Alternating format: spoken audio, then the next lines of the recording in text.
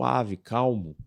Não, mas ele não sabe fazer assim. Isso. Aí quando ele fala, eu vou tomar a Groenlândia se precisar à força. Como assim você vai tomar a Groenlândia à força dos seus aliados? Aí ele chutou a mesa, entendeu? Virou a mesa de ponta cabeça. Aí todo mundo fica assustado.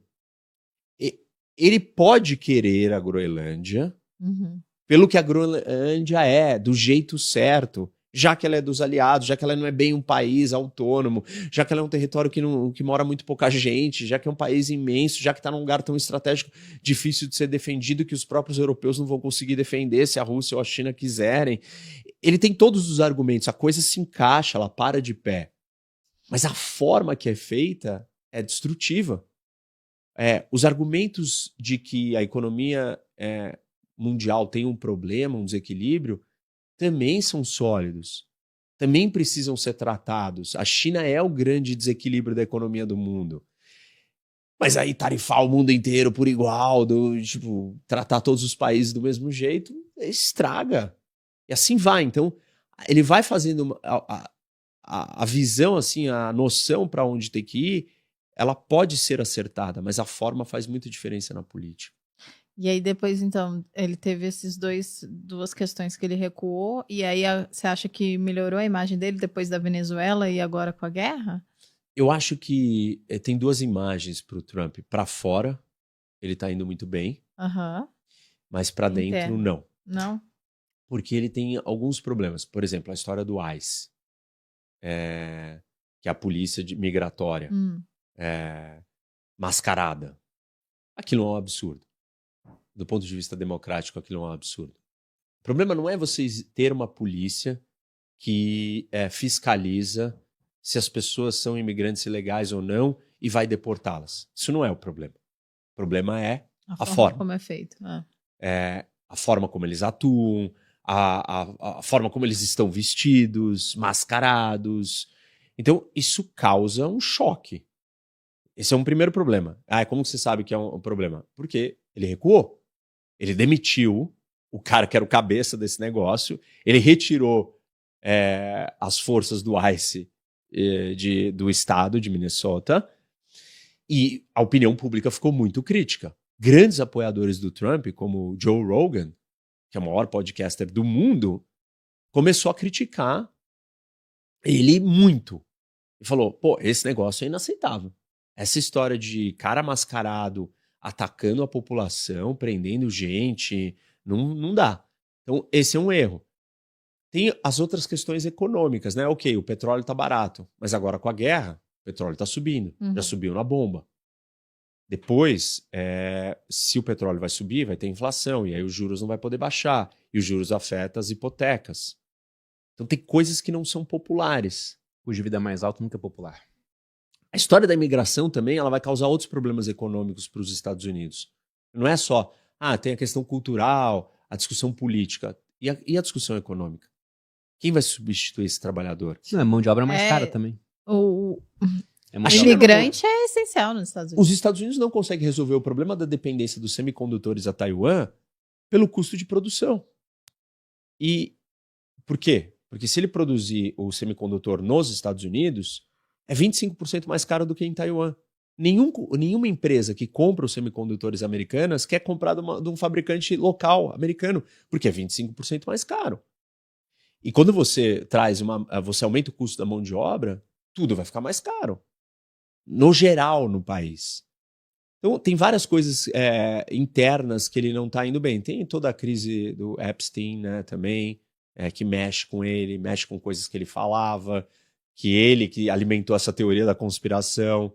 O movimento de que o mundo é dominado por grandes pedófilos é um movimento da direita. Nasce na direita. Pizzaria com porão de pedofilia, todas essas histórias vieram da direita. E aí, justamente, começa a aparecer um monte de gente da direita. Então, isso abala ele. Você tem um monte de questões internas que ele não está indo bem. E essa questão agora externa, ela é a primeira que pode mexer e criar mais problemas internos. Pegando agora um ponto que eu vi, você até citou num post, sobre a questão da IA. Porque A guerra da Ucrânia está acontecendo, devem estar usando IA por lá também, mas agora ficou muito claro o uso de IA para coordenação dos ataques, para a questão de monitoramento, e teve todo aquela celeuma, né, anti-Anthropic, o governo Trump. Então, o que você está vendo assim de experiência com IA? O que você acha que isso muda nos conflitos modernos daqui para frente? Uma das questões... qualquer tecnologia inovadora ela tem impacto na economia, na política, na cultura e na esfera militar. A discussão mais importante da esfera militar, ou mais crítica da inteligência artificial, é você permitir que a inteligência artificial tenha o comando e dê a ordem final de ataques. Esse é um tema muito sensível.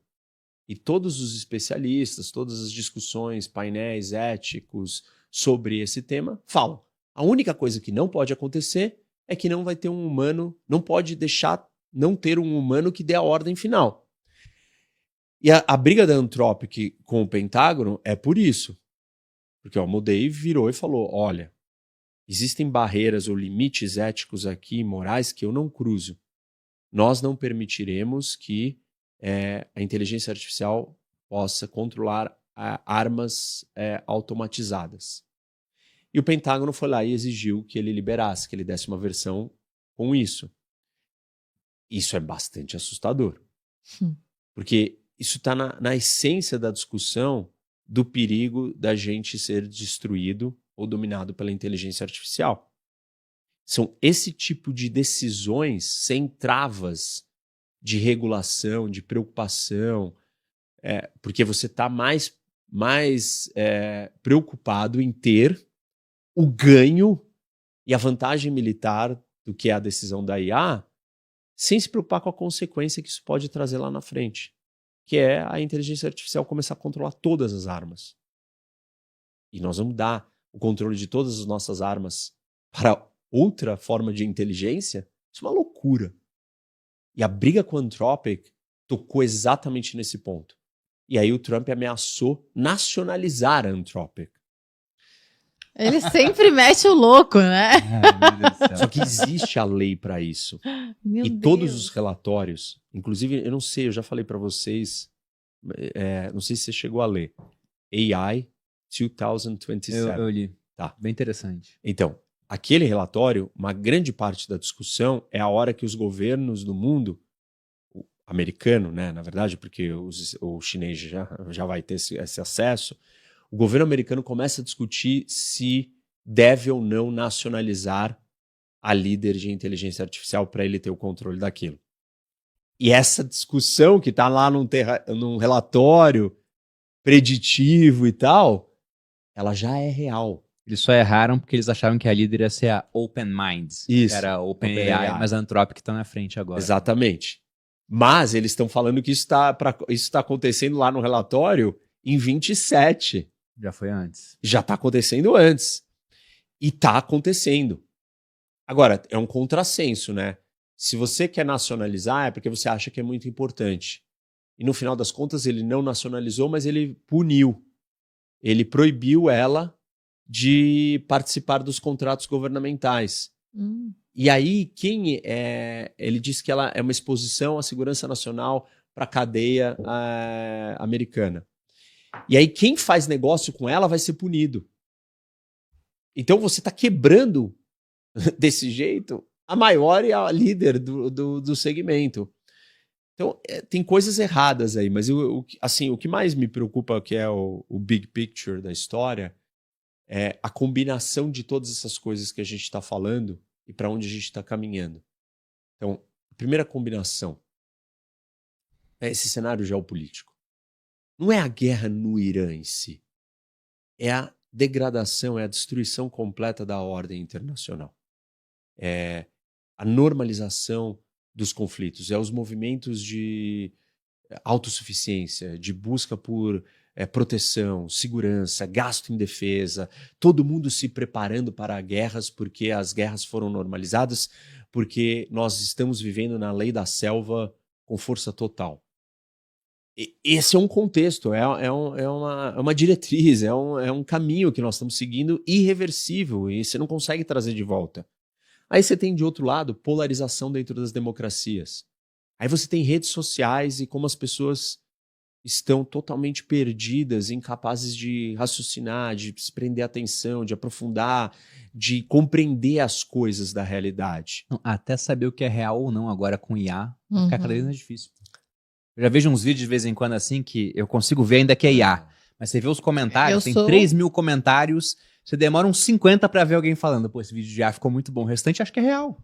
Eu sou péssima. Viralizou um do garotinho que tava no julgamento com o juiz, porque ele tava com 16 anos trabalhando num posto de gasolina à noite, porque a irmã dele tinha que sustentar, os pais tinham morrido. Aquilo era só chorando. Era IA. Pensa, a gente já criou toda essa... É que eu esqueço que tem IA às vezes.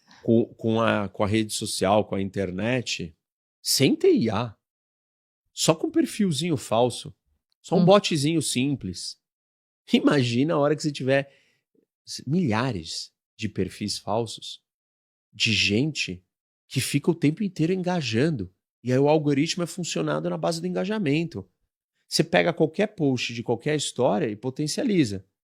E aí você conecta com várias das coisas que eu já falei aqui e que a gente está vendo serem provadas, né? Por exemplo, na rede social das inteligências artificiais. Não sei se você viu isso.